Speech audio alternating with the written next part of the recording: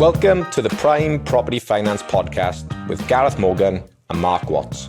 This unique podcast will dive deep into all areas of property investing finance, going behind the scenes with property professionals, investors and clients. Between us, we have 35 plus years experience in property finance. The podcast has been launched to share knowledge, mindset requirements and experiences of successful investors and professionals. We aim to simplify many of the complicated areas of finance and investing and provide valuable and easy to implement tips. Keep an eye out for our new longer episodes every Tuesday and our shorter ones every Friday. Today's episode is all about one of those subjects that everyone thinks they understand until they actually buy a property. People will often ask, and sometimes too late, what's the stamp duty? The first surprise is that depending on where the property is located geographically, then it might not even be called stamp duty. In England and Northern Ireland, it's stamp duty land tax, which is the same as it's always been. Wales has land transaction tax, LTT, and Scotland has land and building transaction tax, LBTT. The principles are similar, but the rules aren't identical, and that's where expensive mistakes can happen. So the first thing you need to understand, part one of this, is understanding where the property is. So like I mentioned, different locations have different rules. England and Northern Ireland, stamp duty land tax, Wales land transaction tax, and Scotland, LBTT. So once you understand those, when in the government, like Andy Burnham has come into government now and he's maybe starting talking about maybe making some changes to stamp duty, well, that would only apply to England because Scotland and Wales has devolved powers. That means they set their own stamp duty, land tax for inverted commas, which is a catch-all phrase that I'll use here. But just bear in mind, when there's news in the press that the government's making some changes, you need to fully understand if those changes are relevant to you and your property based on your location. So that's the first thing. Part two is understanding the difference between residential and commercial. So one of the biggest misunderstandings is around what constitutes this. So residential, for instance, will include a single house, single flat, buy-to-lets or holiday homes. And then commercial will include things like offices, shops, industrial units, warehouses, and land potentially, but it is purely 100% commercial. And then the one which causes a little bit of confusion, but there's also benefits from an investor's perspective, is mixed use. So this is anything where there's an element of residential accommodation. So this could be a shop with a flat or a number of flats above, a pub with accommodation, offices with a residential flat above, a farm with a house attached to it, etc. So generally speaking, mixed-use properties are taxed under non-residential rules in each nation, but that can produce a different tax outcome than a purely residential purchase. So do be mindful of that. In general terms, depending on the value, it is usually a lower tax for a mixed-use property than it is for a residential purchase. But just beware, all of this is subject to change at any point. So, rules, percentages, etc. change all the time. So why would you understand mixed use? So there's benefits, like I said, of a different tax treatment.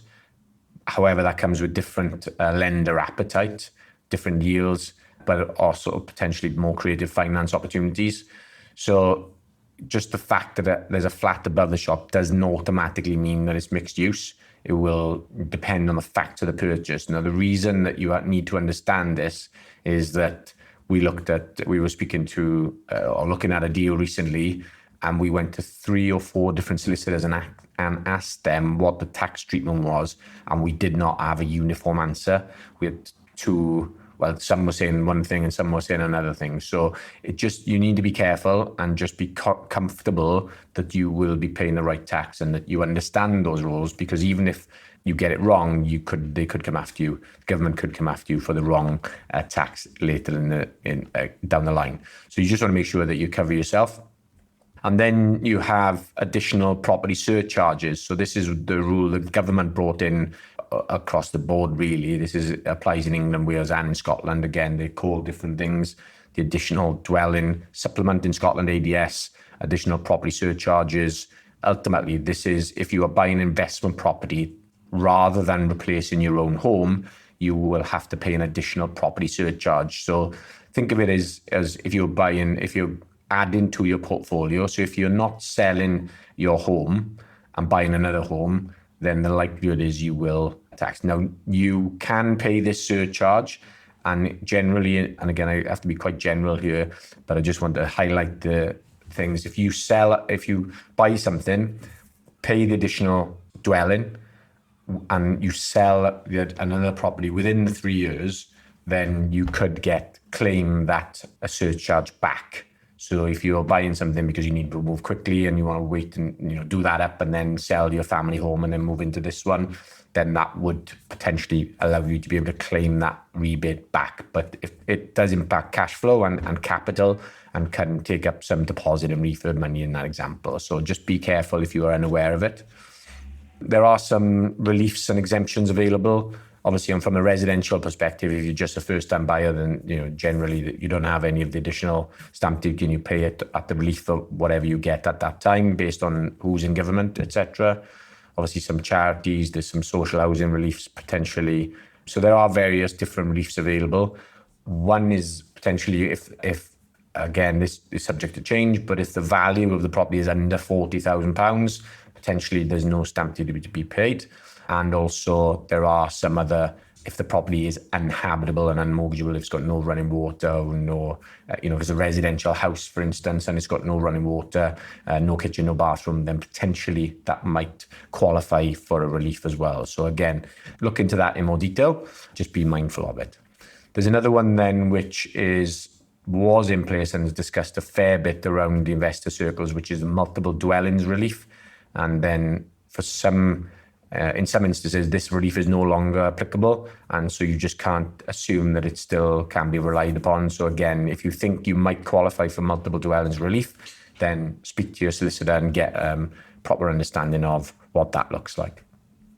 Again, one of the things you have to consider is the purchase price. So if you don't fully understand the tax treatment from a stamp duty perspective, wherever you are in the country, and you make an offer, as an example, if you offered something at 500,000 compared to 510,000, what are the implications of that additional £10,000? So because you go up into the next bracket. So as you make an offers at different thresholds, just be mindful of what additional tax you pay off the back of that. So again, that will impact some of the offers that you can make. So 5 key questions to ask yourself before you buy a property. So which country is the property in, and which tax regime does it fall under? Is it residential? Is it commercial? Or is it genuinely mixed use? Is this an additional property to my portfolio, and will I need to pay an additional surcharge? Are there any reliefs that I can rely on? And have I obtained advice before exchanging contracts? So hopefully there's some tips in there for you to consider before you make any offers. One of the biggest mistakes we see investors make is focusing entirely on negotiating the purchase price whilst overlooking the transaction costs. Tax should never be driven as an investment. You should never drive an investment decision, but it needs to form part of those calculations. Conversation with your solicitor or tax advisor before you exchange contracts could save you thousands of pounds. So stop relying on a relief that doesn't actually apply to your purchase or paying the tax that you may not need to pay. So the key message is simple: understand the tax position before you commit and not afterwards. Thanks for listening. But as always with these types of things, I just need to drop in a quick disclaimer to say, look, this is intended as general educational purposes and should not be relied on as tax or legal or financial advice. Property transactions taxes vary across England, Wales and Scotland, and the reliefs depend on your personal circumstances and the specific transaction. And we always recommend that you seek advice from a suitably qualified solicitor or tax advisor before you exchange contracts. Thanks for listening, and see you on the next episode. Thank you so much for listening to our podcast. We hope you have learned something and have some tips to take away. We'd be very grateful if you enjoyed the show. You could give us a review and share with anyone that you know that may be interested. And of course, subscribe to the show so you can get notified when a new episode is released. If you'd like us to answer any questions or go deeper on a specific topic, please drop us a message at primeproperty.finance. See you on the next episode.